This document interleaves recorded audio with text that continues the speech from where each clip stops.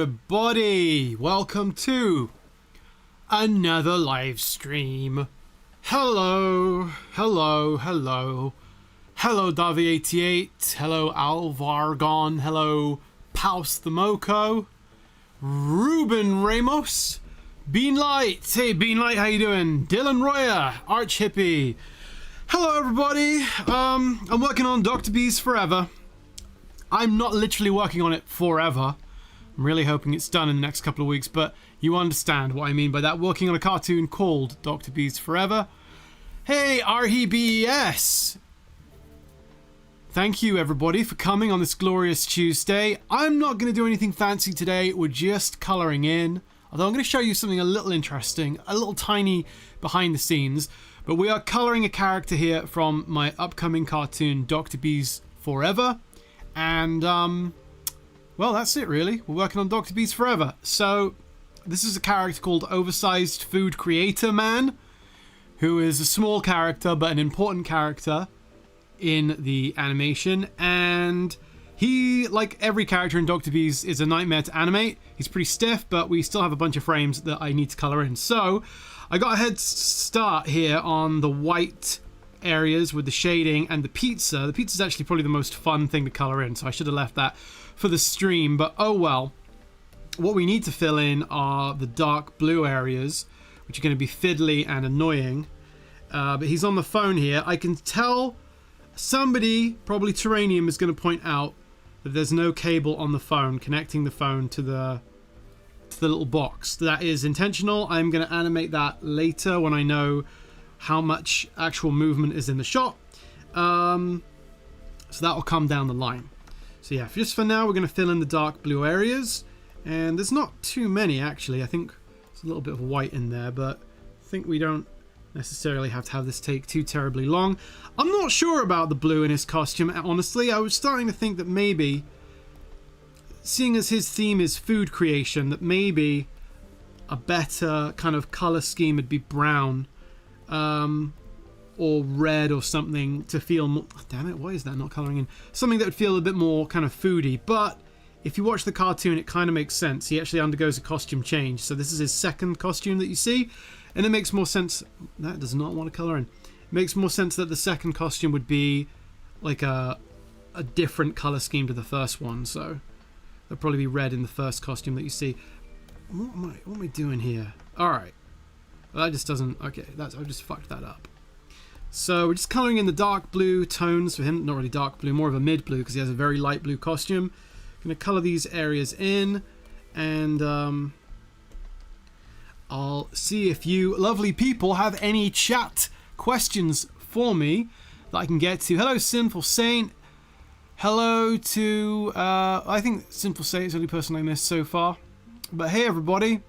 RHBS says, you have problem with bees, huh? Well, maybe my case would be... Yeah, well, yeah, that's the cartoon we're working on, Dr. Bees Forever. Alright, so let's get to some of these mid-blue areas that we've got to colour in. Oh, the bleed-through on this, for some reason, is really... Keep colouring in these areas by accident, right? I'm gonna see... Oh, I can't forget the belt area. The belt is dark blue too, so I've got to make that the same. And this other arm here coming over like that. He's deliberately... So basically, this shot is a reveal where the character, you don't know quite who he is yet. We're going to be zoomed in here on the phone. And then as we sort of pull back, he starts to turn, but I timed it really weird. I deliberately timed it super slowly and put the spoon in the face so you can't tell it's him yet. So we've got this slow kind of like that. But I haven't animated the little bounce at the end. That is what he looks like when he's all revealed, but there's going to be a little bit more animation, which I'm going to do using a different approach, which I'll try and do before the end of the stream. We may only be here today for an hour and a half, something like that. But yeah, I got this slow little like that, like kind of a... really want to stretch it out. I could have even gone longer, but then I think it gets kind of ridiculous. Hey, Magma Muncher's in the chat. Hello, Magma Muncher. And hello, Veroni. We love Magma Muncher. Magma Muncher is an upcoming animator and firefighter and a supporter of my work I don't know why he's a supporter of my work, but he supported me on Patreon for a long, long time. And that's actually how I got to know Magma and look at his work. And his work is great. He's a super talented and very funny animator. He's not just a good animator, he's funny, which is one of my favorite things. That's what I prioritize in my work. I try to, I think of myself more as a writer and comedian and jokesmith more than an animator. I don't want to animate necessarily. I have to make the things get finished. But I consider myself to be more of an ideas guy. And we like ideas, guys. We need them. Because that's one thing that I don't think that AI is going to eat into anytime soon. Coming up with ideas that are worth a damn or that actually speak to people. And I'm not the most virulent anti-AI person on the planet. But I don't necessarily want ideas to come from AI. I feel like that's just pointless. Unless it's actually helping solve a problem. Art, a lack of meaningful art isn't a problem that it can solve though. So it's got to come from us human beings. Okay, that's the last. Okay, so I think, is that all the dark blue? It's a little bit coming in there, a little bit there. All right. Okay, so there's a little bit too. So I've got, basically I'm animating or coloring 2 shots today. I've got this bit where, so he does this slow turn round, this do-do thing like that, where he kind of clicks into place like that. And we're going to animate the end of the movement using this. This isn't what it looks like. This is not frame-by-frame animation that we're going to end the shot on. We're going to do a little bit of crafty tweening. But then later on, we come back to a shot just like this, and he has to turn to point with his spoon to something off screen, and we do this big zoom out. That's why I've drawn the legs in there, so we can zoom out. We're actually, you can probably not really tell, but I've actually subtly dropped the level of detail in these last few drawings, like, because we're so zoomed out, you bet he's going to be absolutely tiny on the screen, so we don't need to have quite the same amount of detail. So he's a little bit more detailed there, and then as we zoom out like that, you don't need that level of detail. So I'm actually going to be using this, set up these frames to create 2 shots, and I've got to color in these ones as well. So I'll go in and do some of that dark blue. Hello, you.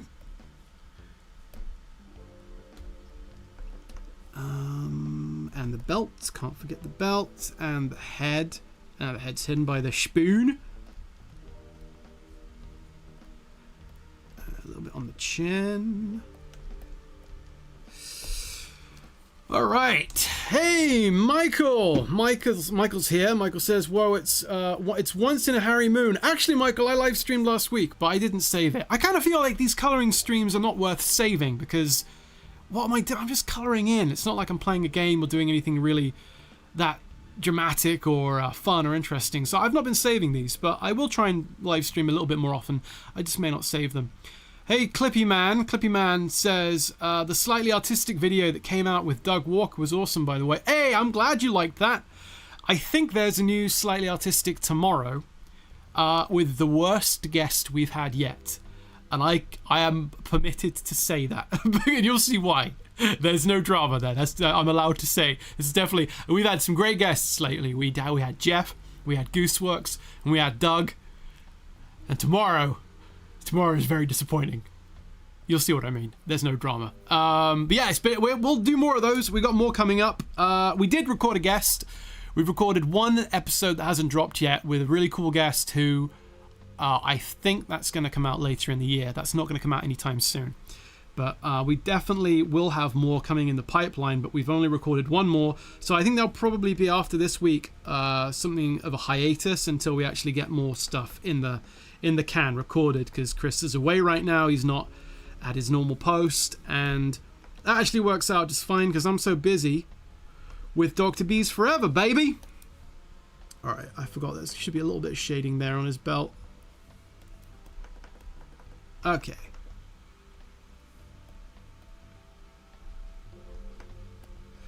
I tell you what, let's add a little bit more of that shadow in there. That'll actually look a bit better. And what else we need? Around the neck and the chin. Okay, I think that might be all that we need for the dark blue. Yay! Right, so we have to go back to the light blue and start over with these frames, which is misery inducing. I didn't select the right color there.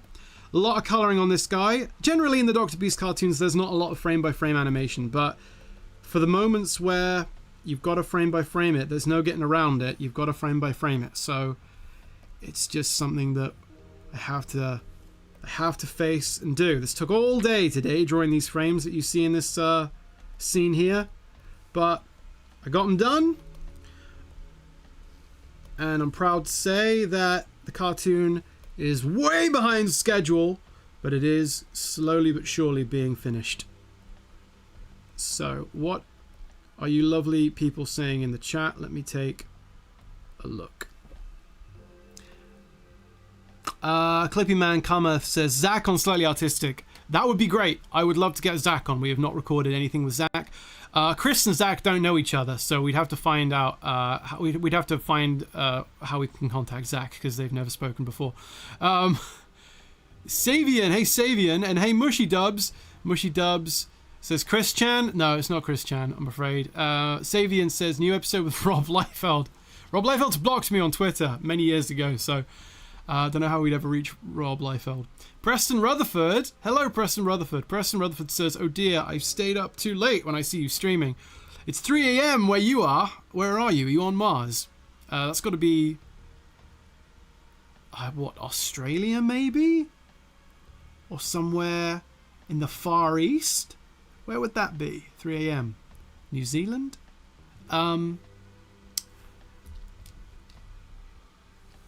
where's the super chat? Asks Magma Muncher. Well, first of all, Magma Muncher, I wouldn't want you to send any of your filthy lucre my way. Lucre? I think it's lucre. I wouldn't want you to send any of your filthy, ill-gotten money my way, because you need to keep that and use it to fund your own cartoons. But I'm happy to give you the lowdown on why there's no super chat option. There is no super chat option because... I mean, I could put a PayPal link, I suppose, for people that really wanted to do it. But there's no super chat option right now because the channel is demonetized, not because of anything that was uploaded to the channel. I didn't use it for pretty much the entirety of 2024, I think.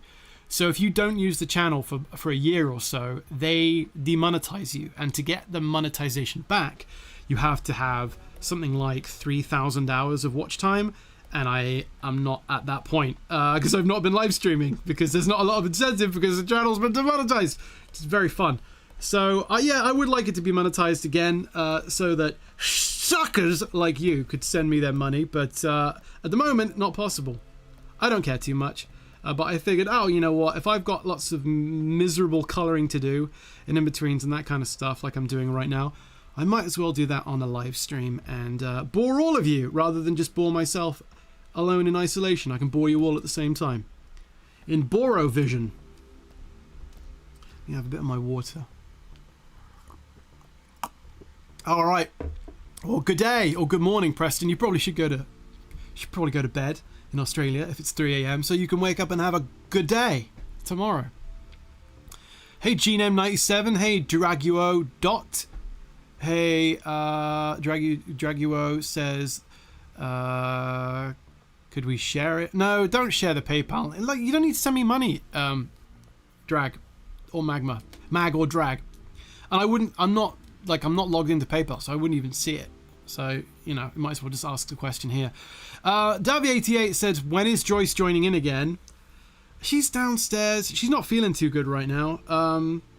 So I don't think today would be good. She's a little bit under the weather, but she'll be fine. And yeah, she'll probably join again, because why not? I'll let her know, though, Davy, that you asked, because I'm sure she'll be very flattered by that.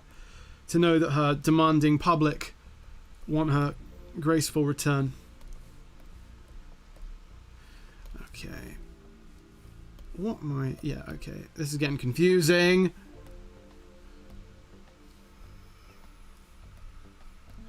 Because of all the stuff on his costume, all the needless details. Okay. Oh, see, I've messed that bit up. Whatever. Let's get rid of that. Colouring, for me, I always have to have kind of 2 passes at colour because I always miss things the first time around. I try and do 1 colour at a time, but inevitably, you know, I miss little areas and have to go back and get them because I just... When it's all kind of like this, you can't really make out the forest for the trees, if that makes sense. You're not able to pick out all the little areas that you've missed. Like, what is... that's his chin, I think, overlapping the phone. That's moustache and face, so that's okay. That's forehead mask. That's head. Okay.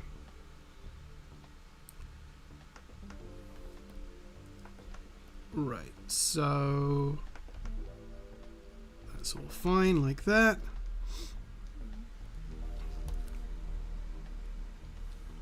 And what is being said by the chat? Drag says, I want more cartoons in less time. Yeah, me too, Drag.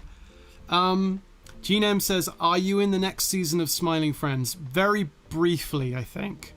I'm confused because I've recorded a couple of episodes, but just one line or so. I don't know if that... I'm assuming they're multiple episodes. I think they are. But yeah, it's just going to be little tiny little bits and pieces here and there. Nothing big.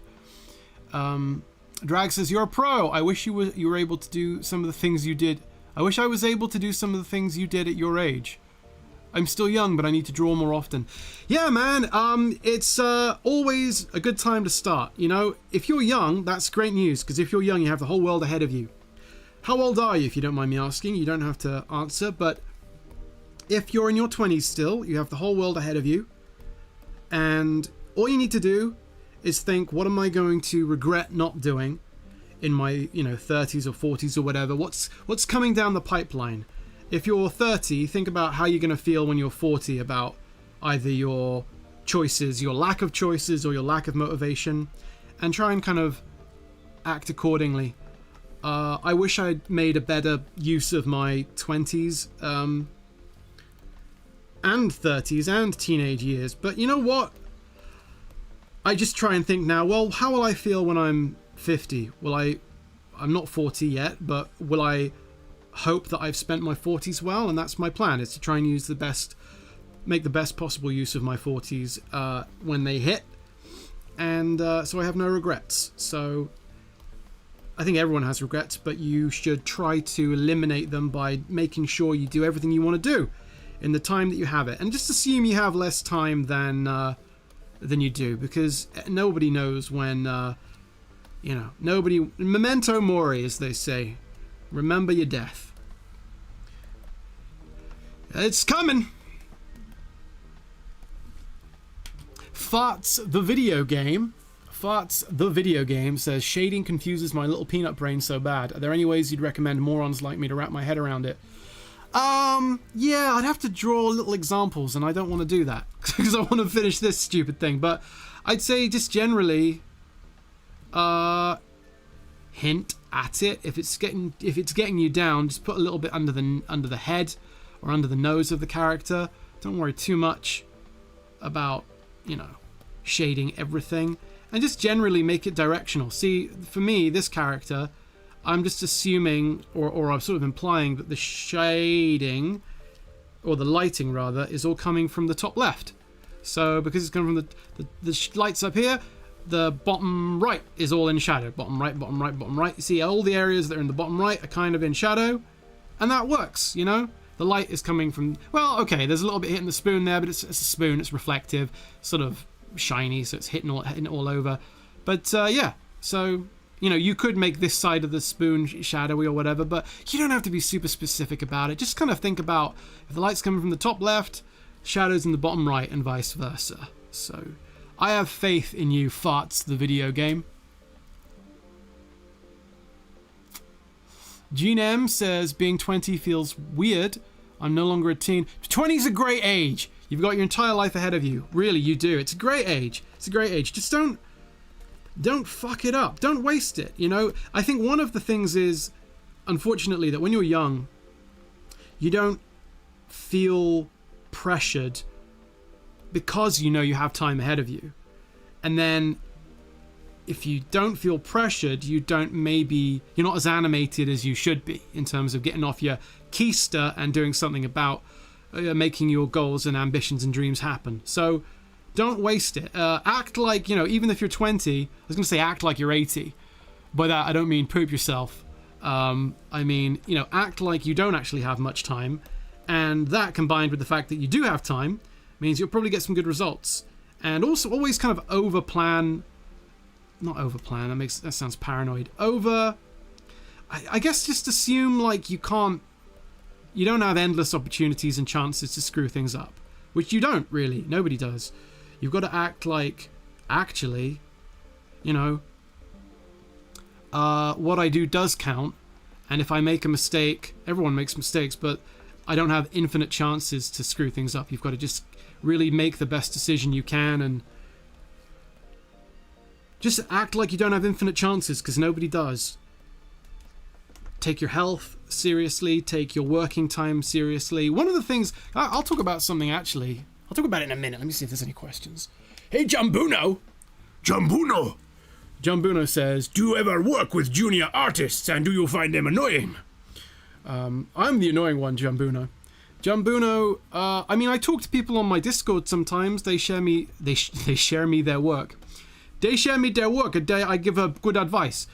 They sometimes will ask for advice. I don't have time to just do it endlessly for lots of people, so I probably would reserve my help for people on the Discord, because I don't have infinite time. But no, I don't find junior artists annoying. Everyone's different. Some people are annoying, but some non-junior artists are annoying. Like, I won't name names, but they're out there. Hey, Gallo. Hey, Terranium. Terranium says, I'm a little late because I had to go to the store. A likely story from Terranium. I don't think that was why you're late, Terranium. And also, a Terranium is never late. He arrives precisely when he means to. This is just me colouring in, so there's no pressure to make the stream, Terranium. It's going to be just as crushingly boring as the last one was. Man, what is going on there? Oh, yeah. Here's something I was going to say. This is a piece of advice that I wish someone had given me, because it's a little bit esoteric. If you are having trouble with committing to doing work, and whatever it is, as an artist or as a non-artist, if you're having trouble focusing and getting things done, I think you need to take a considerate look at your levels of dopamine. And dopamine is the feel-good chemical that is released when we, do an act that makes us feel good. And that can come from a million different places. You can feel good listening to music. You can feel good eating a nice tasty candy bar, looking at porn, whatever it is, it can make you feel good. But the problem is with that is you can overload on that stuff and get it so often that your receptors to it become a lot less receptive. And as a result, when you feel good all the time, you can actually start feeling not good all the time. And that's because you have trouble and difficulty staving off boredom. If you're always stimulated, if you're always listening to porn, listening to music, watching, playing video games, whatever it is, if you're doing that stuff too much, then when you sit down to work, your brain is way more sensitive to boredom and can get angry quickly with boredom. And the good news is that is fixable by being bored, allowing yourself to be bored. My advice is, if you are having trouble getting your work done, and I try to do this as an animator and artist, and it really helps me, have days where I go, I am not going to listen to any podcasts today. I'm not going to eat junk food, although I probably still will eat junk food at the end of the day. But, while I'm working, try not to do anything that's too stimulating, listening to music and constantly checking Twitter and having a YouTube video on in the background. And then actually just allowing myself to be bored and work bored and hate it, because sometimes it's horrible to do that. And you know what? After a while, you can do it more and more and more and actually grow like a muscle, almost develop a resistance to boredom.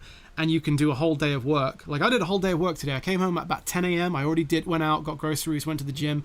And I came down and pretty much sat all day until 6 p.m. when I started live streaming. So I got all this animation done today by virtue of really being resistant to boredom.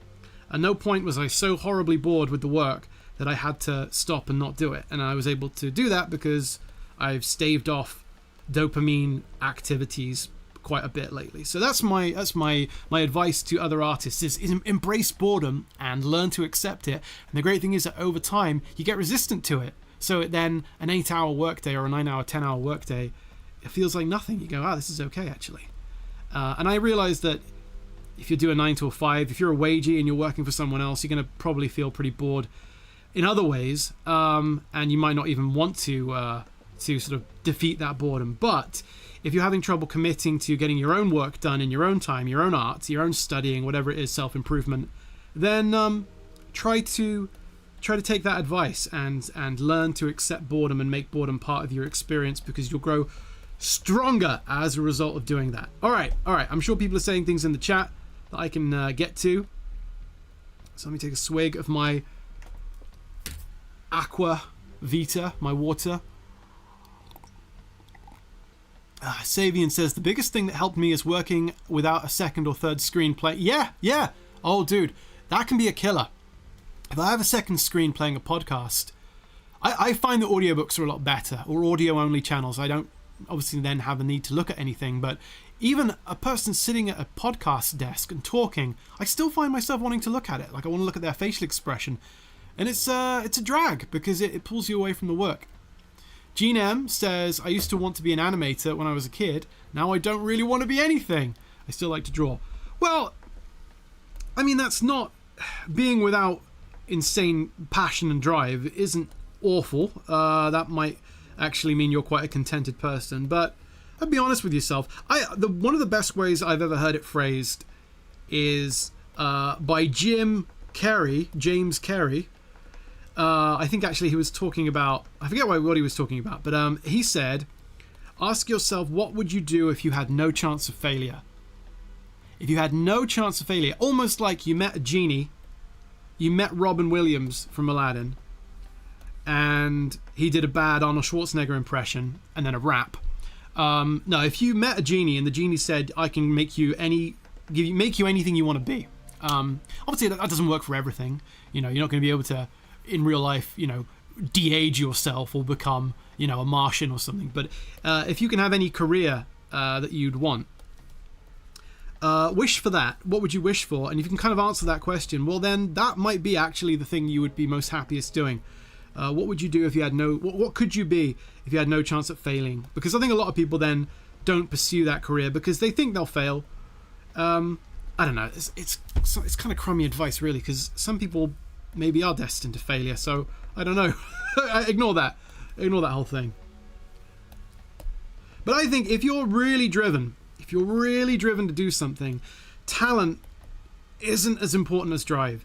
It's more important if you wanted to be an actor, say, or an actress, whatever. It's more important that you get a CV together, take headshots, really work at your craft, email everyone you can in the business, say your work for free, like put yourself out there, be the hardest working person in the world. Even if you're not a brilliant actor, then your craft and your determination, your drive, I think will take you further than someone that has talent but who can't be bothered and is like, whatever, I don't need to make a show reel, I don't need to find a talent agent, fuck it. That person's not going to go anywhere, even though they may have more innate natural talent. But quick note on the little olive here. This was just supposed to be a round belt buckle. He was just going to have like a blob from a belt buckle, kind of like Batman's utility belt. And Joyce came in and she goes, "Oh, is that an olive on his belt buckle? That's funny." And I said, "No, it's not an olive, but I like the idea. He is a food-themed superhero. In fact, he is an oversized food-themed superhero. He's oversized food creator man. And if this was a real olive, it would be an unnecessarily big one. So I thought, you know what, that's kind of funny. Fuck it, let's just make it an olive." So my wife got her way there for the first time ever. Alright.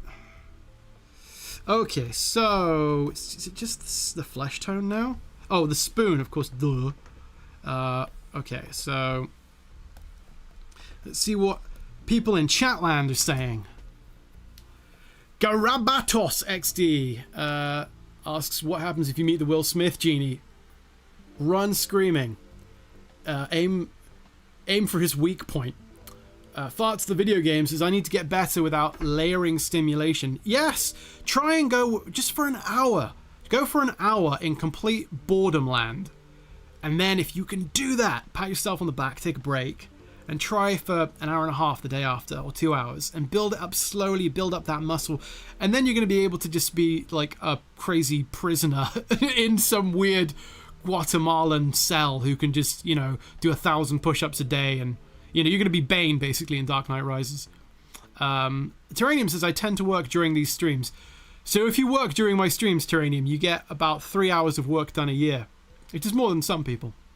Archippy says, is his spoon see-through? That's kind of funny. No, the spoon is not see-through, Archippy. I'm sorry, I've not coloured it in yet. But it's coming.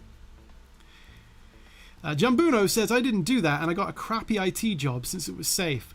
Got sad and left, tried 2D animation, realised that was a fool's game. I agree. And now I do 3D for video games. Hey, 3D for video games is a grand career. That's great. Congrats on that. No, the future is not hand-drawn animation, my children. Do not follow in my felonious and foolish footsteps. You will be driven mad and led astray.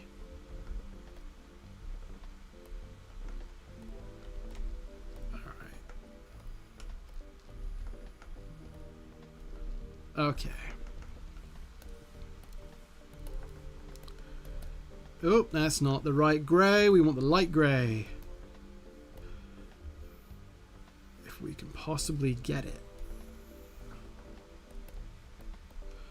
And like that.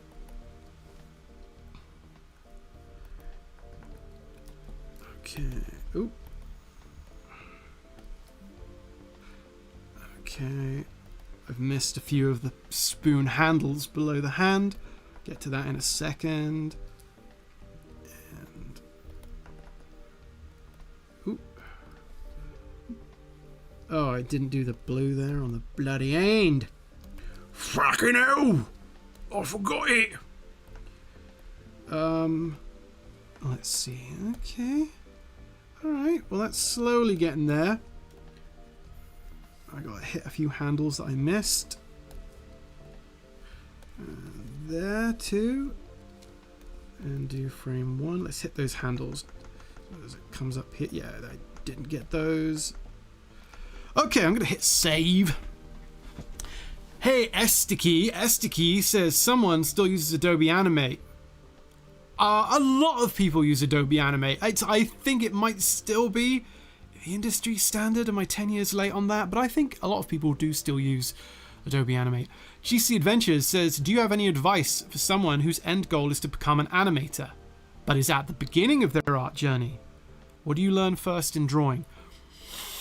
Well, I mean, the very first thing in drawing, you just jump in. I'd say don't practice drawing so much as just start drawing. You could develop a style. There's a lot of really talented and very even popular animators that can't draw that well.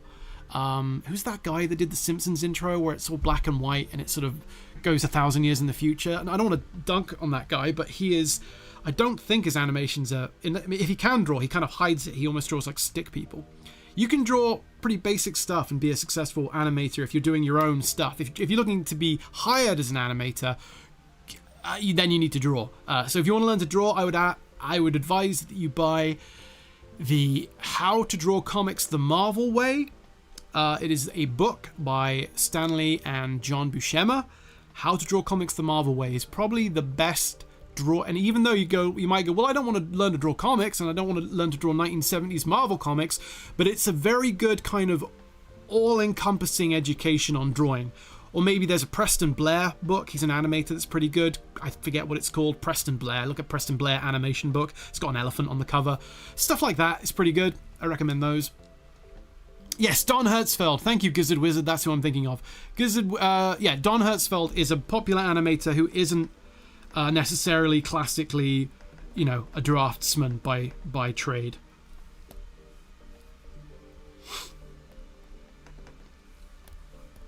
Okay, so he's got some goop. He's got a bit of goop on the spoon. Cakey goop. Put that in there.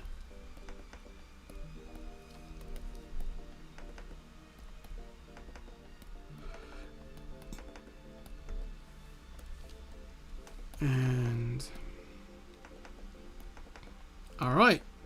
Now we need the flesh tone.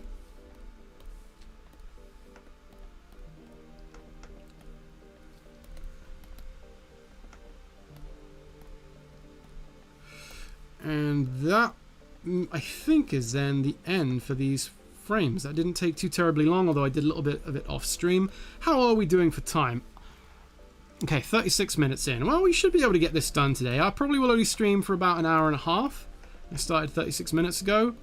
Actually, an hour and a half. No. Hour and a half is maximum. I'm hoping for somewhere closer to an hour, but we'll see. It'd be nice to get some of this stuff actually done and leave the shot in a good place. I've got some blue on his chin here, so let's go in and do that.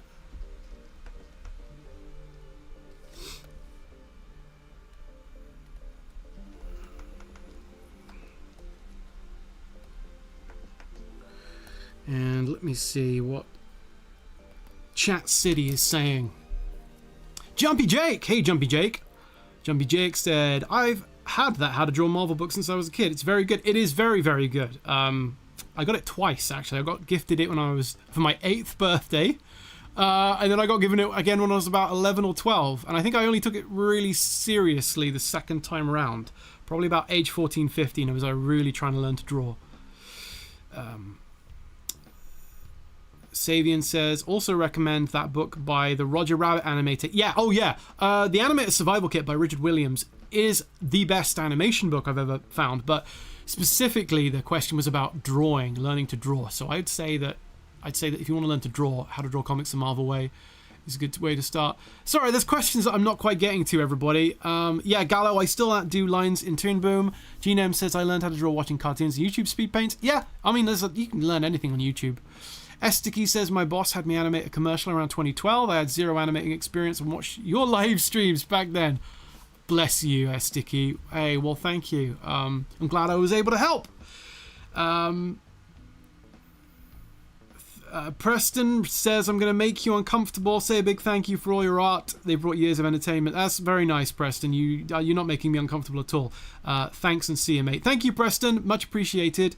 Storktunes. Hey, Sven. Storktunes is Sven, an animator I've worked with before. Very talented. Storktunes says, What's this? Dr. B's cartoon heavily undercolored? My paint bucket full of bees ought to put a stop to that. Yeah, boy.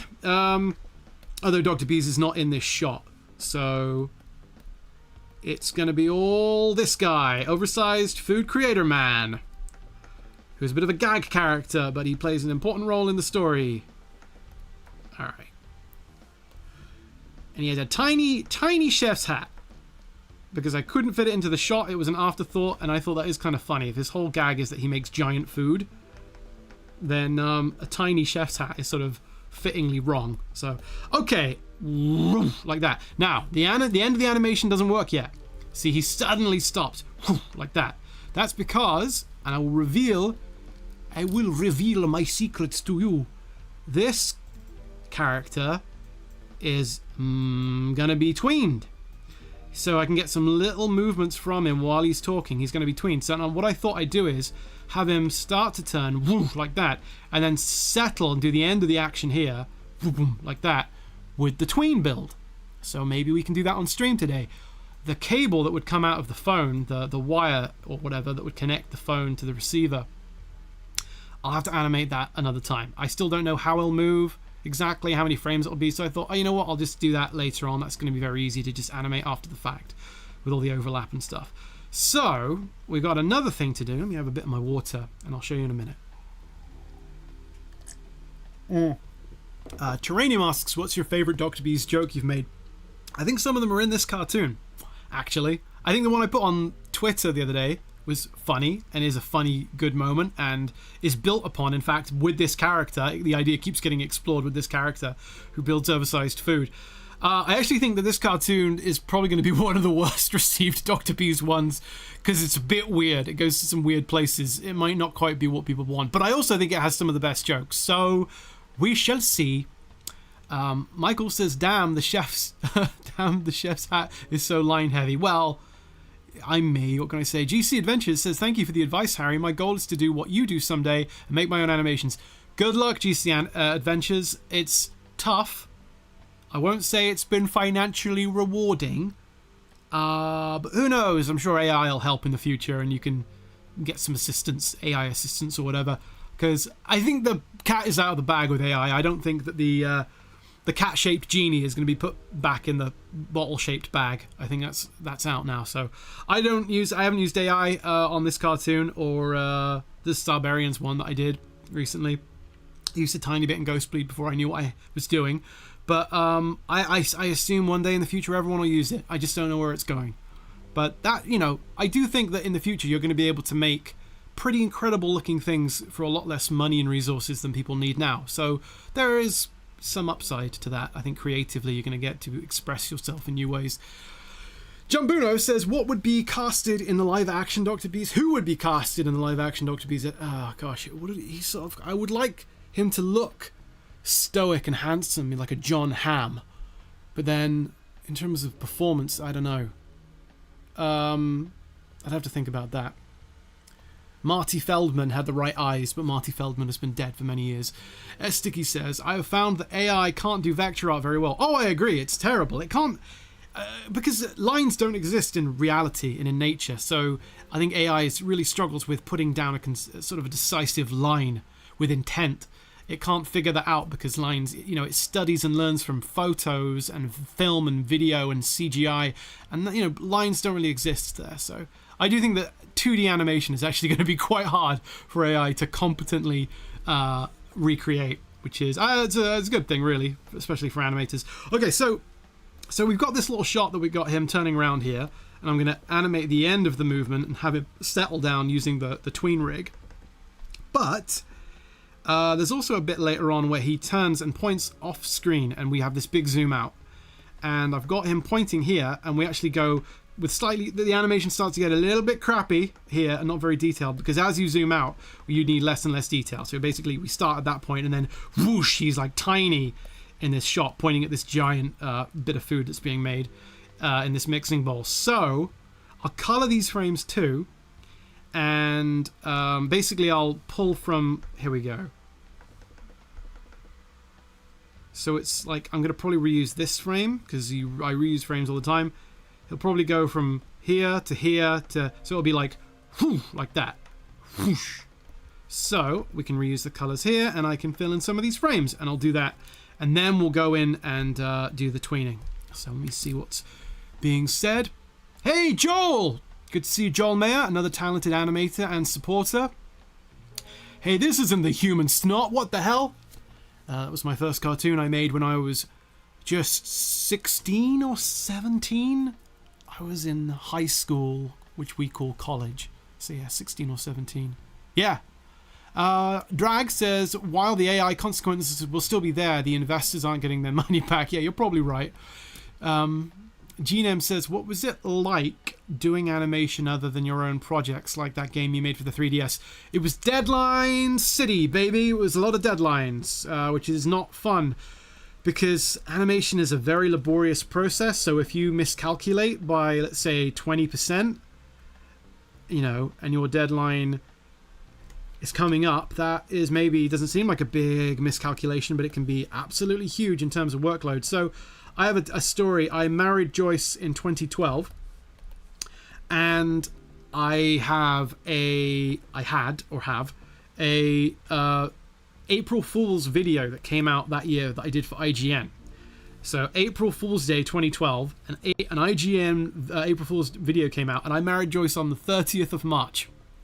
And I had a deadline that couldn't be missed because it was for April Fool's Day, and I wasn't anywhere near done with the work. So I was like, literally, it wasn't a big wedding. It was like a tiny little thing. We just had like my mum and my best friend came to. It was just for, it was like for legal reasons, basically. We didn't invite people because we just wanted, to be legally married and not really even talk about it and tell people. But anyway, so Joyce was getting ready to go to the registry office, and I was like putting my belt on while animating and like putting on my tie and stuff kind of while animating.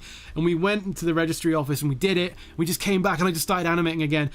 Terrible. I worked the entirety of my wedding day because I had a deadline. And one day we're going to do a vow renewal and it'll be a big deal and we'll invite friends and family. So it wasn't really a special well, it was special, but it wasn't an official kind of celebration type wedding. There wasn't, you know, a cake and guests and all that stuff. It was just to get the damn immigration office off of our backs. But that's the reality of animating for other people, is deadlines, deadlines, deadlines. Basically, Joyce has married a detective. That's how she feels, I think, that I'm always on the beat. I'm always, oh honey, the job's getting to me. You know, I'm always coming home with my holster still on me, and my knuckles bloodied from punching people in the interrogation room. I've told the story too, but like when we were working on Smiling Friends, Joyce had to go on our vacation a day early because I still wasn't done animating. So yeah, she suffers, the poor lady. Harry Ashfield! Hello, Harry Ashfield. Harry Ashfield says, oh, Harry's live. Nice. Didn't get the notification. You can blame YouTube for that. Not me. But thank you for being here, Harry. Okay, so we still have to do the mid blue on this dude. And there we go. Alright, so let's go and find that mid blue.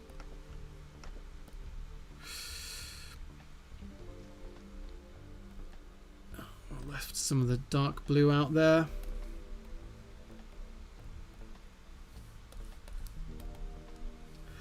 The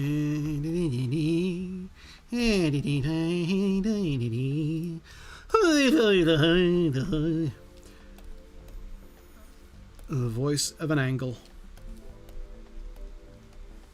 Let's see what's chatulating. Hey, Garman Drajat. Garman Drajat says, is there a possibility in you to dabble in 3D animation in the future? So 3D modeling, yes. I've actually done quite a bit of 3D modeling before.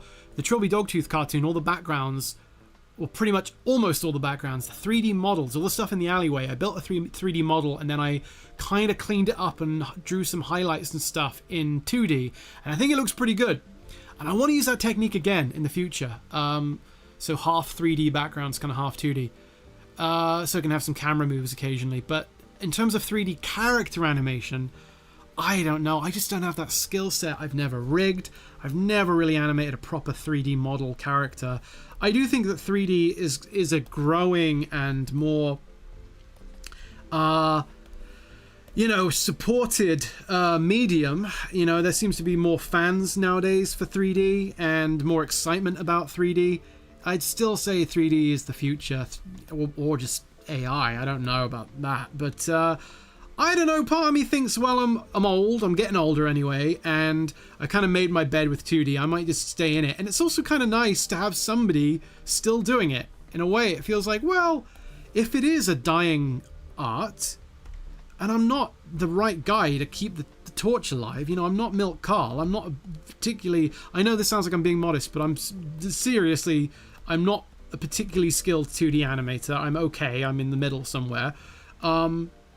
But if it is dying, well, it's kind of nice to be keeping it alive. I don't want to be an archivist for a living. I don't want to necessarily be somebody who just keeps a thing alive. If it's hurting me financially, I don't want to do that. But if I can make it work and pay the bills, it's kind of nice to still do that for a living, I think, and keep it alive in a small way. Although there are much better animators out there than me that could do that. But you know what I'm saying. Hey, Fakanza! Hello, Fakanza. How you doing? And Mageburger. Hey, yo, Harry. Glad to see you again. Yeah, good to see you too, Mageburger. Joel Mayer says, then you can work while on vacation. Yeah, I got to get a mobile setup, definitely. I kind of have one, but I took it away to do some animation a year or two ago. I went on my Christmas sort of trip to America to see Joyce's family, and on my trip to see some of my family down in the south of England. And it was working. It was about 1/4 of the speed efficiency with the little crappy tablet and the crappy laptop, and it was so annoying to be working so inefficiently. I almost would have just been better suited taking a sketchbook and just planning and doing other kind of things, ideating and stuff, and not worried about actually trying to animate. But I'm sure there are better mobile setups. I just didn't want to spend any money, so I got a cheap thing. I went and got a cheap little tablet, and I think I realized I probably bought it in 2023 or 2024, and I realized after I bought it, I think it had come out in 2017. It was such an old it was, you know, it was sitting in the shop unsold for like 5-6 years or something. Drag says hand-drawn animation will always have a place for many of us, just as well for many of us, but then we get old and die, and Gen Alpha takes over, and they don't give a crap about hand-drawn. I don't think they have an emotional connection if they didn't grow up watching, you know, the classics. Then why would they care? But that is life. C'est la vie. But no, I think a lot of people do love hand-drawn. I like calling it hand-drawn more than 2D, because what does 2D mean? Hand-drawn is a bit more specific. A Sticky says, I wanted to try animating on an iPad a few years ago, but could not find an app that could import sound to sync to. A free app? I don't know. I'm not an iPad guy, so I'm sure someone in the chat could suggest something. Maybe Joel could. Fakanza says portable tablets haven't kept up with the software. Maybe a true portable setup now is a decent laptop and an okay tablet. Okay, yeah. Haven't you mean? Tikla Studios. Hey, Tikla. Hello, Harry and chat, says Tikla Studio. Harry Ashfield says, I have no idea what gen I even am. You're Jen Ashfield. In the future, after the Great Cyber War, mankind survives in the Ashfields. They are Generation Ashfield. Yeah, that'd be mutants and things, kind of thinking of a low-budget Mad Max type movie. Sorry, Harry, for making fun of your name. I'm not making fun of your name. You have a cool name. Tried to do a bit and it didn't work out. All right, let's get this mid blue done. How are we doing for time? It's coming up 7 o'clock, Harry. Got to pull your finger out.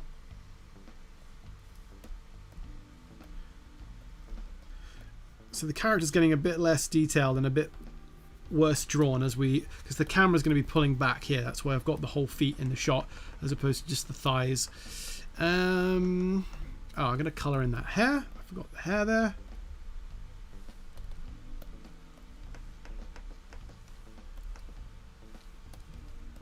All right. This is good. This is good. I can't quite tell if I'm missing any areas because of the pink background being so close to both the orange and the skin tone. But I think for the purposes of our stream, this is acceptable. Right. Now we need a bit of that old flesh. We crave the flesh. And putting that in there like that. Doodly-dee-dee-dee. Down at Fraggle Rock. Okay, I'll give that a save. And then we'll hit this other arm here. And then it's spoon time, baby. I know that's what everyone's excited for. The spoon crew have turned out. Everyone loves it when the spoon gets coloured in. It's the highlight of the stream, so I'm told. Oh, yep. That's that. Da-da. Da-da, da-da. See, the highlight there on the spoon disappears. By the time we're up here, he's going to be so small in the shot, he's going to be about that big. So you're not going to see those details. I could have gone even crappier with the animation there, but it just quickly comes to a stop because I kind of figure that you're going to be looking at the thing that we're actually panning up to or zooming out to reveal rather than this guy. Oh, I left a highlight off. Come on, Harry, there you go. Let me see what's happening in the chat. Joel Mayer says, on my desktop I weirdly really enjoy drawing on my big Intuos tablet. You know, there's something about, so I use a Cintiq, which is a tablet with a screen, but there's something about it forcing you to look down or at an angle, which I find quite uncomfortable. I miss the days of actually sitting and looking directly forward with an Intuos tablet. It might be worth, it's kind of expensive, it's an expensive experiment, but I might at some point buy a nice big Intuos tablet to try that out, because it's good for your neck, because you get to look straight forward. And there's also, this is a very specific thing, but when you're actually drawing on pen and paper or with a Cintiq, your hand blocks part of the view. And there's something nice about using a tablet without a screen. you don't have a hand visible, you know, you're actually just seeing through your own hand, and that's actually quite strategically nice. Although I just find I get better results, I draw nicer if I'm touching the pen to the screen or the paper or whatever I'm actually rendering on. So I don't think it's better, but it has interesting sort of odd little quality of life things using a less expensive alternative to a full screen tablet.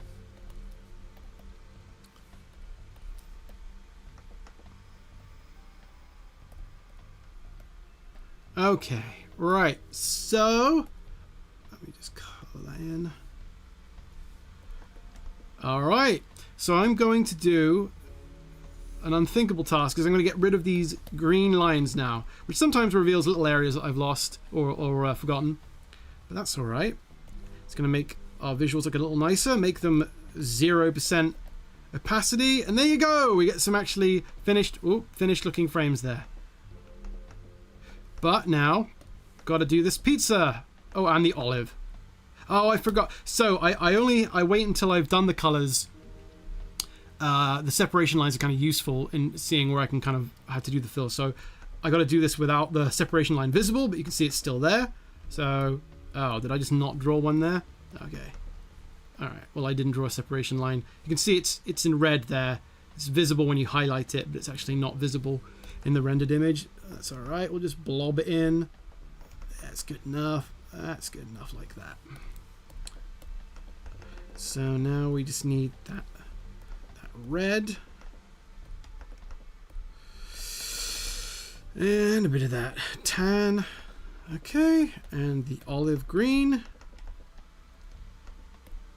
And then one of the more fun things to color is the pizza. So the idea is that he's oversized food creator man, and I thought about how I can show that, and I thought of lots of different ways how you show oversized food being created, but what made me laugh the most was that Adam being created by God painting. Is it Michelangelo? It might be a Michelangelo painting. I'm not very good on my classics, but him touching Adam's hand. It would have been kind of funnier if the pizza was, like, the point of the pizza was touching the point of the finger, but then you'd have to make the pizza a lot smaller, and the pizza had to stay oversized. I should have even made the pizza bigger, but then, you know, the hand has to be visible. It's a tough visual to get across, but I did it as best as I could. I thought it was kind of funny.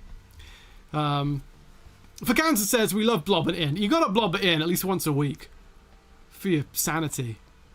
Estiki says, do you import sound into Adobe Animate, or how do you sync the animation? So the sound that it's most important that I am synchronized with is voice acting. So, or if you're doing a music video, you kind of have to do music. So put that into Adobe Animate. So I bring voice tracks alone into Adobe Animate, and then do animation to that, and then I export using a program called Swivel high quality versions of that footage, which tends to, when you export from Adobe Animate, it tends to crap up the sound, I find. But what I have to do then is I resynchronize the sound. So I realign the sound in Adobe Premiere, and then do all the final sort of mixing and the sound effects, the music, the adding reverb and stuff, do all the sound in Adobe Premiere. So Adobe Animate just for the animation and the very bare bones, to syncing it up with the voices to make sure the lip flaps are roughly timed out. And I find a lot of the time in Adobe Premiere, I end up having to resync things, not just in terms of putting the sound where it was meant to be, but I sort of extend by a frame or two, like, oh, that lip sync doesn't quite work there. Can I just drag that frame out a little bit more or speed that bit up? So I do a lot of tweaking in Adobe Premiere. You really can't export a final film from Adobe Animate. You kind of have to bring in multiple software to make that work. All right, I got a drink because my voice is getting hoarse. No, I'm out of water. Bollocks. Crap. Should I call for my wife? like a little rich Victorian child. Mother! Mother! Honey! Yeah, she knows what I want. She's coming up with the water or something. Alright, cool. Well, we can just carry on now. Unfettered. Unbroken. Hello, Garnan. Oh, guy, I said hello to you, Garnan. And hey, Robbo. Garnan says the Sistine Chapel, where the God painting is also in Italy. Yes, coincidentally. Hey, honey, can I have a bit of water? Oh, yeah. Thank you, baby. Sorry, voice getting really hoarse. You can say hello when you come back, too. But Cocaine says, I still have no idea why Animate Flash has issues with sound. It just does. So, yeah, Dabby88 says, you're sick, wife. She's not that sick, all right? She just feels a little bit iffy. just a little bit iffy. I swear she can survive a trip up the stairs and back with a glass of water. Oh, you can say hello to her, GNM, in a second. We're going to colour in a pizza. Disregard Joyce's feelings. Let's colour in a pizza. I take perfectly good care of her. Alright, so let's do our mushrooms. You know what? I love pizza so much. I think about pizza so often. Let's do the hand and the little zap first. I want to leave the delicious pizza until last. There we go. Hey, thank you, honey. No problem. You want to come say hi very quickly?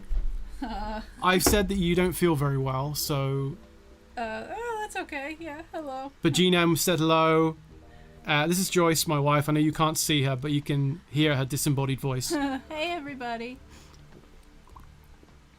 That's it, that's all. Yeah, okay. Alright, nobody has a question for Joyce. No, that's okay. I'm just listening to the soothing sounds of the Berserk soundtrack. So, Like that. yeah, just like that. There we go. Poor Alright. thing. There you go. There's a 10 or 20 second delay, so the high Joyces are coming in now. Well, that's fine. Hello, bye. Read out their names. Give them validation. Read out their names. Let's see. Hi, Jenna. You said hi to me. Stork. No, do it like Billy Joel. We didn't start the fire. Oh, well, now that you got me on the spot, I can't even remember. GNM 97 and Stocktunes FXanza, Harry Ashfield Davy 88 and Garman. There we go. Something like that. Well, I'm sorry, you did the job for me. Well, you're sick, so go be sick and enjoy Berserk. Okay, Thank you for my water. I love you. Alright. Bye bye. No, you've missed her, Robbo. She's gone now. She's gone. She's gone forever. She's gone. I won't see her for literally half an hour. Freedom to a married man. That's freedom. All right, let's get in the zappy then. Put in the zappy. Nah, Stocktunes, you missed her. I can answer the question. What's it like being married to Harry? I'll do it in Joyce's voice. I love to be married to the Harry Partridge. I have such feelings of warmth for him. He is so graceful and romantic. No, I'm kidding. That was actually Joyce. She came back in the room and answered the question for you. For Kansas says, Harry, can you say everything else? Can you say everything else for the rest of the stream in the style of We Didn't Start the Fire? No, because the song is too short. I'd have to extend it past its original length.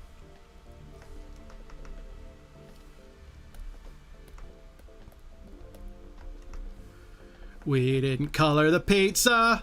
We forgot the pepperoni and the peppers. We didn't color the pizza. We did, and it got colored.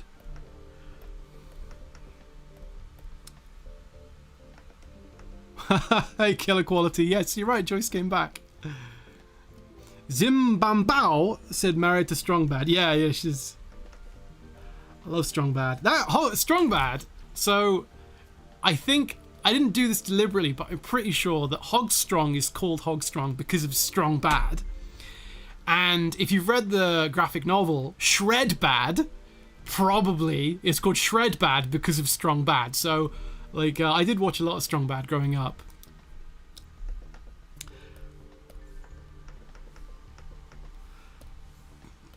I think I was inspired. Alright. Okay, so let's hit save. We're nearly there, folks. We're nearly ready to end the stream. But here's the deal now. Let me show you what we're working with. So the cable around the phone obviously needs to be animated after the fact. As he turns around, boom, like that. So we want a deliberately kind of slow turn there, which we've got. But then he stops animating very quickly. And that's because I wanted to use the tween build that I made here for a few shots. It's going to look a little bit tweeny as a result, but it's Dr. Bees. You know, the animation doesn't have to be amazing. We can get away with that. So I'm going to break it down and show you. If we click into it actually here, you can see, look, all the elements are separated. They are separated. In fact, if I hit Control B. Does it break? Okay, good. It didn't actually break the art apart. Okay, so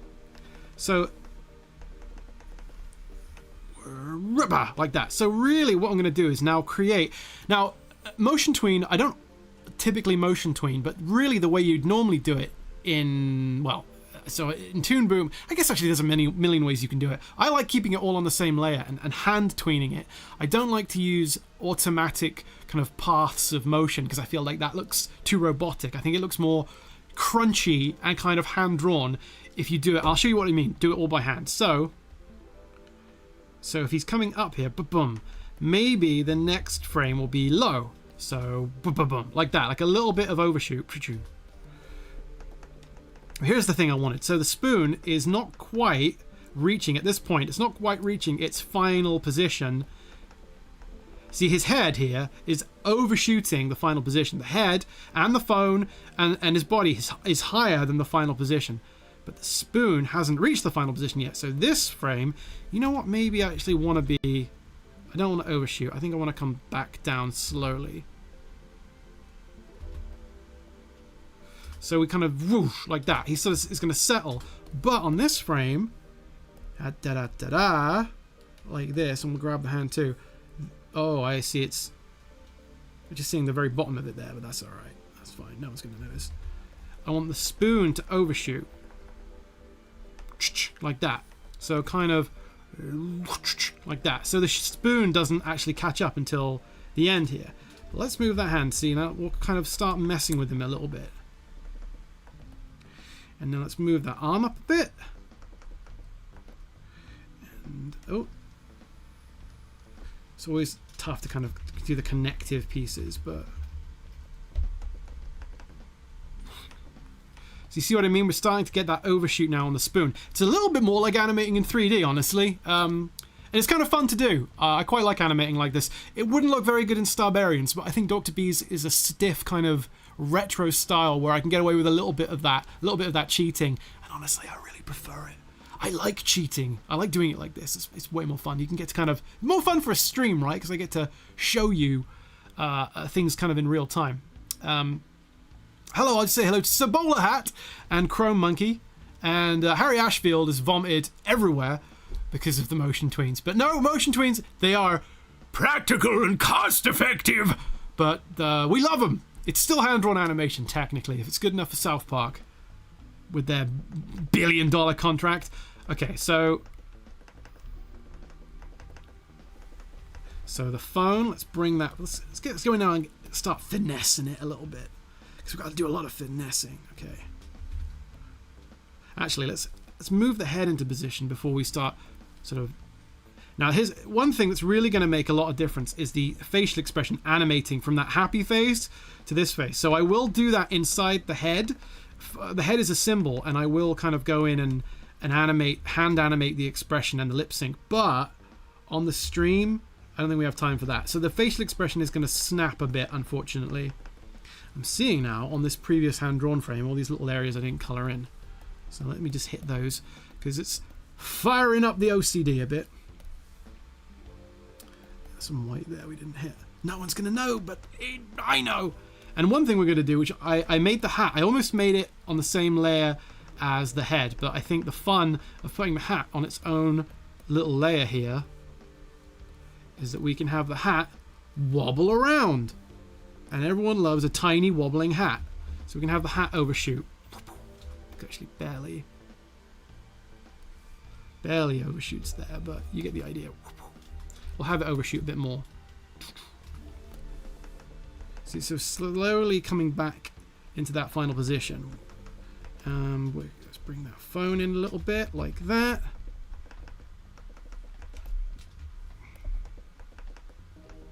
Actually, that's not working for me. The arcs are not quite right there on the phone. So what's going wrong there? That's alright, just needs to be out a bit. You know what? I feel like it's a bit... I feel like the phone is just smaller on this frame, so I have to cheat it a little bit and make that phone a bit smaller. Okay, obviously this elbow is way too low there. And this bit here has got to be up like that. And we're starting to get there. So this frame here is comprised of the same body parts as this frame here, but it is technically an in-between. Although I think it needs to be moved forward a little bit. And now imagine the face on this frame is... I could probably do one frame, actually, to sort of like move the eyebrows down properly. So let's see how that looks. There we go. It's a little bit... It's a little bit... It's a little bit sort of still... Maybe now we can overshoot, actually. Have the body go down. Because the body is almost all one layer. If I was being a bit more considerate, I would have made kind of the belt and the torso and the chest all separate pieces. But look, it's just one big lump.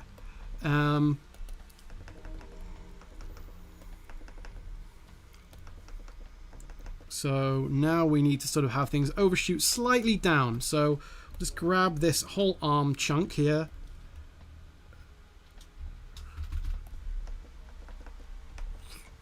There we go. That's kind of nice with the phone. Just, it's when you have moments where layers move against each other. You don't need to do much. There's a lot of sort of tricky morphing tools that you can do in Toon Boom now. If you're clever and modern, you'd understand that, but I don't keep up with the technology and all the software. But just having layers move against each other, like making the hat its own layer, because now we can grab that little fella and just have him do this. So he kind of comes back and then, you know, it's just a subtle little thing, but... And the spoon is a big element that we wanna. Do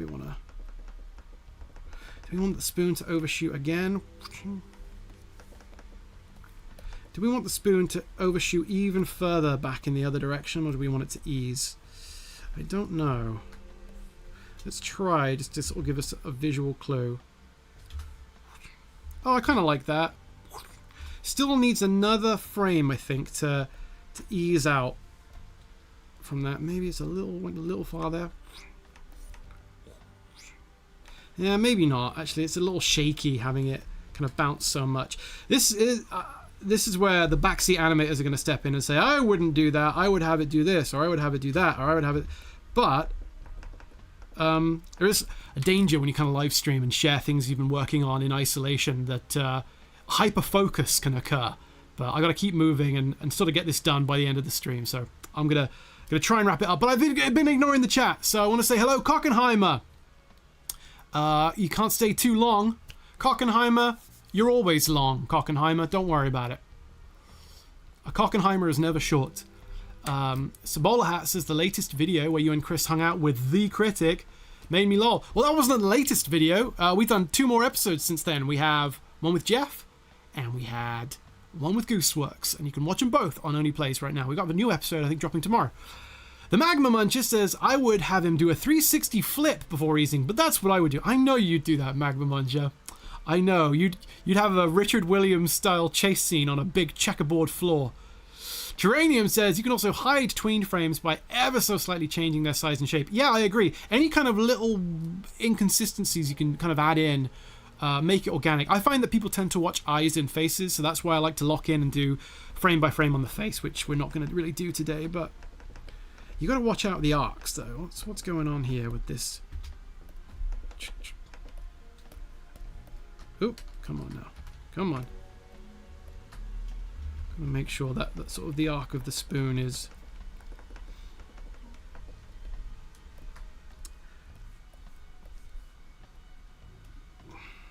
now. Is that is it too chunky feeling? Yeah, I think the arm goes down too much here. Actually, I think that can be cheated actually a little bit by. Whoop!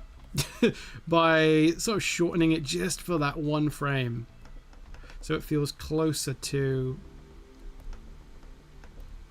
that final position. You know, here's a real cheeky tactic. Actually, I'll show you when we're done. I have an extra cheeky tactic for making it look hand-drawn. Because that's still kind of what we're emulating here. You know, if it's really truly hand-drawn, you could have the hair have bounce, or I could even build in a little hair, a part of the hair for sort of bouncing around with. But, you know, life is life is short, isn't it? You can't just do this stuff forever. What I have to remind myself is the person watching this probably going to be half looking at their phone. I know I shouldn't be down on it, and I shouldn't use that as an excuse not to focus on every little detail, but no one's going to care about this as much as me, probably. Right. Whoop, it.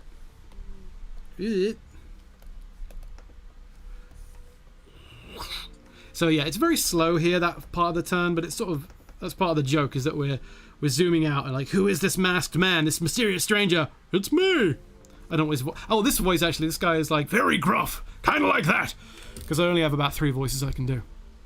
Robo says, does it sometimes bother you that he doesn't exist below the waist?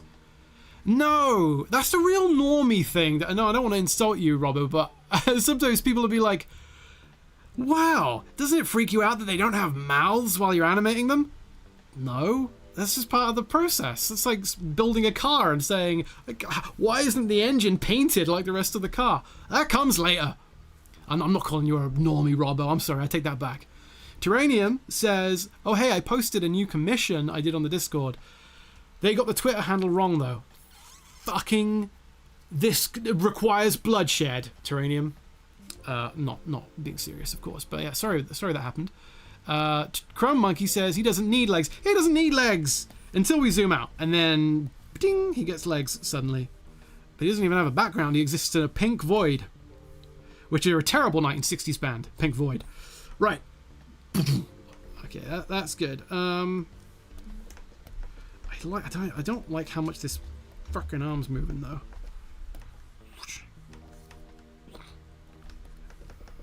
And the hat's drawing too much attention to itself. Okay.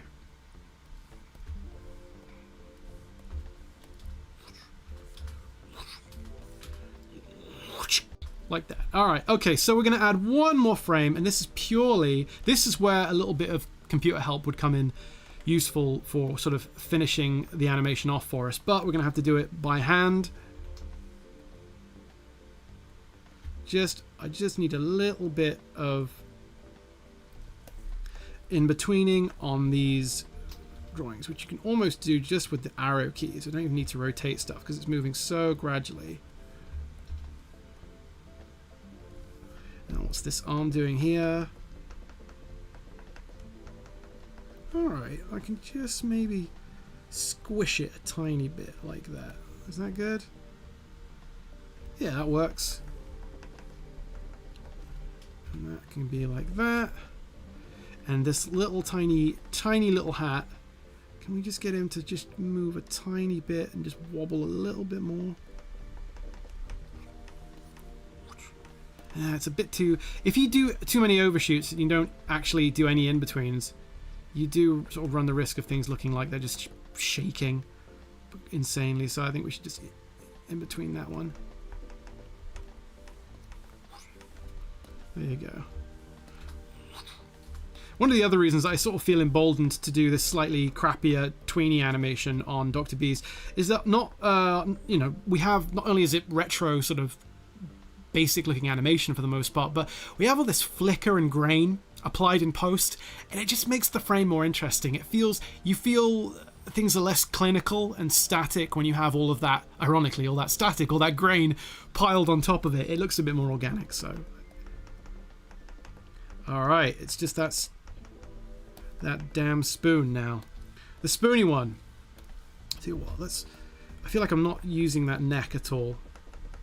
So let's just make sure that neck has a little bit of parallax against the sort of the traps there. It gives a little bit more variety there with the sort of the shadow there on the neck. There we go. Okay, so that's Spoon. Noah Antweiler, the spoony one himself. I missed the spoony one. If you're old like me and you grew up with the internet in 2011 and 2012, Spoony was my jam. I still watch Spoony. I still watch Noah Antweiler's old videos. Wish he made more. I appreciate the fact that he doesn't want to and can't anymore, and that's fine. I think it's still good to be appreciative of the things you got rather than the things you didn't get, and lament that. He's such a great entertainer. If you're a nerd, if you like Dungeons and Dragons or corny 70s, 80s movies, I'd still recommend the old spoony reviews, film reviews like the Red Brown films and, all of the sort of rip-off Dungeons and Dragons movies that he reviewed, or the games like the Highlander game and the Highlander movies. A lot of good content that he left the world. And maybe one day he'll return. We don't know. Okay, so I want to rotate that arm out a little bit like that. And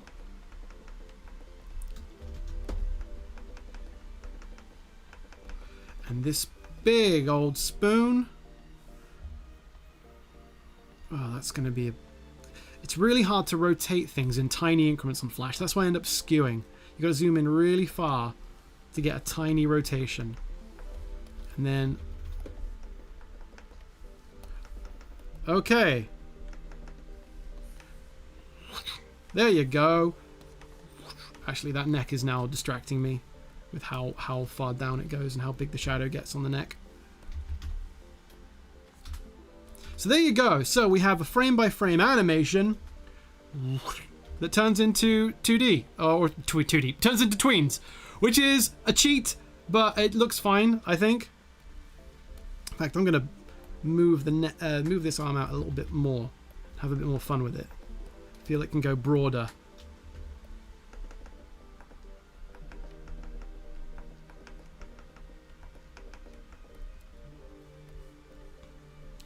Can we slightly move the bottom of the spoon there? Hello. Very smooth. Smooth as a baby's behind. Probably don't need it to be that smooth, but it's nice. I'm happy with that. Savians is one thing I always wonder about Channel Awesome and similar creators is how they make money considering they don't upload that much. You could wonder about me too, Savian, but I'm very lucky I have kind Patreon supporters, and I've got some other irons in the fire now. Things I'm working on. I'm really excited for next year, by the way. I think you're going to see some cool content that you are not expecting from me in 2026, but I got debt that I have to clear first. I've got to finish Dr. Beast Forever, and I've got to finish Starbarians Episode 4. Terranium, I will take a look at your work later on. I've got a few people I've got to catch up with Discord. If I don't do it today, I'll do it tomorrow morning. So you can @ me on Discord. I'll see the work that you did. I see Harry Ashfield has maybe taken a look. Okay. So, let me see. Oh yeah. So yeah, the face not being frame by frame is a shame. It's a shame by shame that the face isn't frame by frame. But I will go in and add mustache sort of movement, and really it's the eyebrows. It's the surprised eyebrows coming down. I'll do that after the stream, so you only get like a poor man's version of it at the moment. Because really, when you're focused on the face, it being frame by frame really makes you lock in. But here's my little technique. It might be hard to see on the stream. Little technique for making it look extra frame by frame is you break apart, Control B that frame like that, and then go to modify shape smooth, which if you do in Adobe Animate, the more zoomed out you are, the more smoothed you get it, which is really weird. Look, if I zoom out a ton and hit smooth like that, you get this 1995 clip art. Which is kind of cool. But that's why you zoom in probably about this level and zoom in and do the smooth at this level. And what it does is the smooth function basically slightly optimizes it. It takes away some of the detail points. If you zoom in really close, it barely takes away any detail. But if you do it at this level, you get a little bit of that generic boil. I'll tell you what, I'll do it a little bit more so it's a little bit easier to tell the effect. Let's do it at this level, and it's gonna boil. See that line now those lines look decidedly different to those lines. Just a little bit like the little detail there gets lost.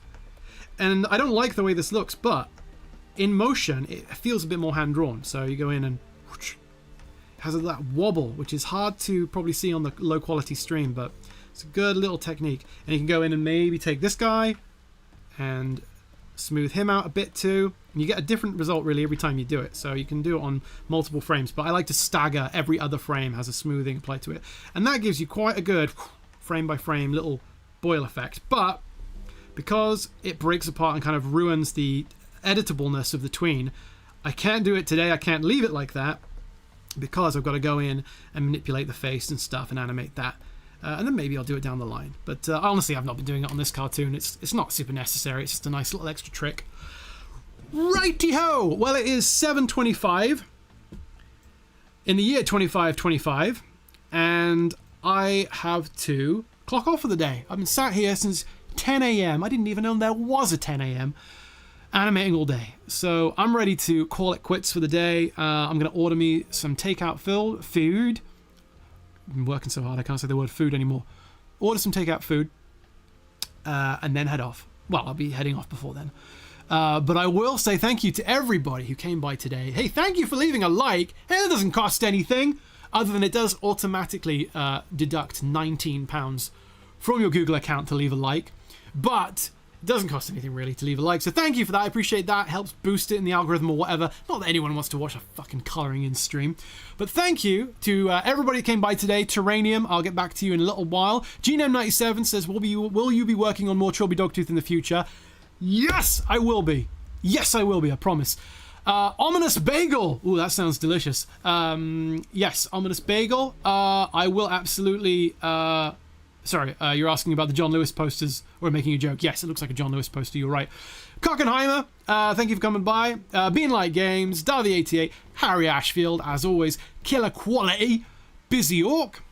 Davy88, Busy Orc says, I'm a treasure. Thank you, Busy Orc. I agree, I should be buried. Davy88, Garman Drajat, Arch Hippie, Fakanza, and everybody. Oh, Genome90 says, has another question. Last question. What was it like working on an animation for Mitchell & Webb's Attic Junk? It was Deadline City again, baby. Again, I always have stuff to do whenever I've got a deadline. It's like I've got an event I've got to go to. There was Pico Day, I think 2010 Pico Day. And I remember being on the phone to the people at the BBC, and I was like, guys, I've got to get on a plane in 2 days. And I remember the guy said, why have you got to get on a plane? Where are you going? And I said, I'm going to Pico Day at Newgrounds office. It's like a big party. He goes, that's a long way to go for a party. Like, he was really suspicious of me having a social life. It's a very rare thing for an animator. But no, we got the project done. There are some problems with that short film, but it got done anyway, many years ago. Anyway, Stork Tunes. I'll talk more about the Michelin Web thing another time, GNM, because I have more I could divulge about that. Stork Tunes, thank you for being here, and Beanlight, and everybody. I'm heading off. I'm gonna bury my face in food. You can bury your face in the outro. Love you all. Bye bye.